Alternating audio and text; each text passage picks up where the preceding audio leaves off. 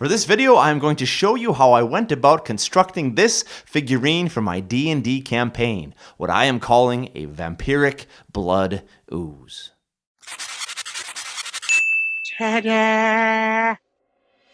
This was a really fun project to carry out. My D&D players are coming into a mine. We're having something of a dungeon crawl, and I needed a creepy monster for them to fight while they were down there, and I came up with this plan.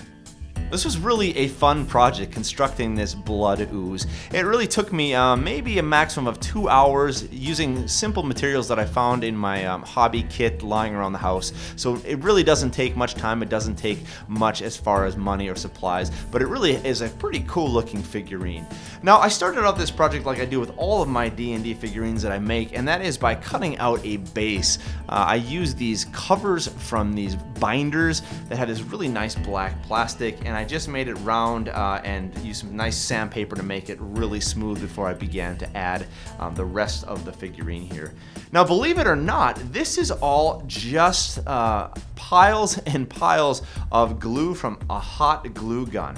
And what I did initially was I glued a hot gun glue stick right in the middle, and I began to build it up around it and to drape it down. It's important when you do this, however, that you do it slowly, because when you begin to pour the glue, you want to allow it to dry before you add the next layer. Otherwise, you're going to end up melting the layer underneath, and it's going to look like one big blob and not give you all these different really cool blobby sections. So slowly and surely, that was probably the most time-consuming thing I built of this blob, bit by bit. And when I got to the end, I went around and looked at some places where I maybe needed to add more blobs, and so I went back and did that on this piece. And what is really cool about this blob is you don't have to be very careful with any strings or anything you might get attached, because it's supposed to be running blood. So you see here I have some of these like veinish like things here. That's totally okay. It fits the aesthetic of this model quite well. Well, when that was finished up, I went and added my typical sand that I did do to the base here, and a couple rocks. I glued some rocks down as well to give it a little more texture there. That was really it. Covered the whole thing in a base coat of black. And then I went ahead and added something of like a rust color over the black to give the initial base coat of the red. And I like the rust color because it has this kind of look of something like dried blood. It looked really cool with that kind of a little bit orangish kind of darker red.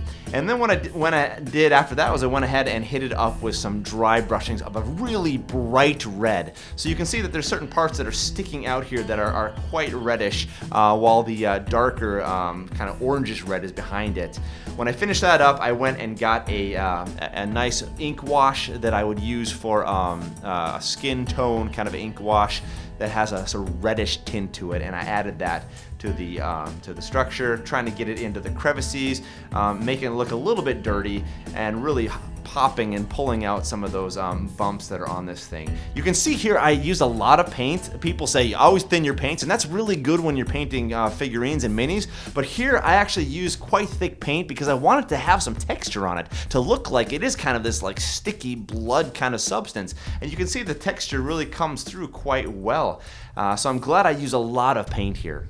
When I finished up the red, I went down here and just hit up the sand here and the rocks with a few different layers of dry brushing. I started out with a darker gray, went to a lighter gray, and finally hit it up with some white at the end to kind of finish the piece off and pull it all together. Well, there you have it, folks. A simple and a cool project for how to make a vampiric blood ooze that you can throw at your players when they go underground on their dungeon crawl. Well, thank you for joining us here today at Grey Army Gaming for the future of fantasy.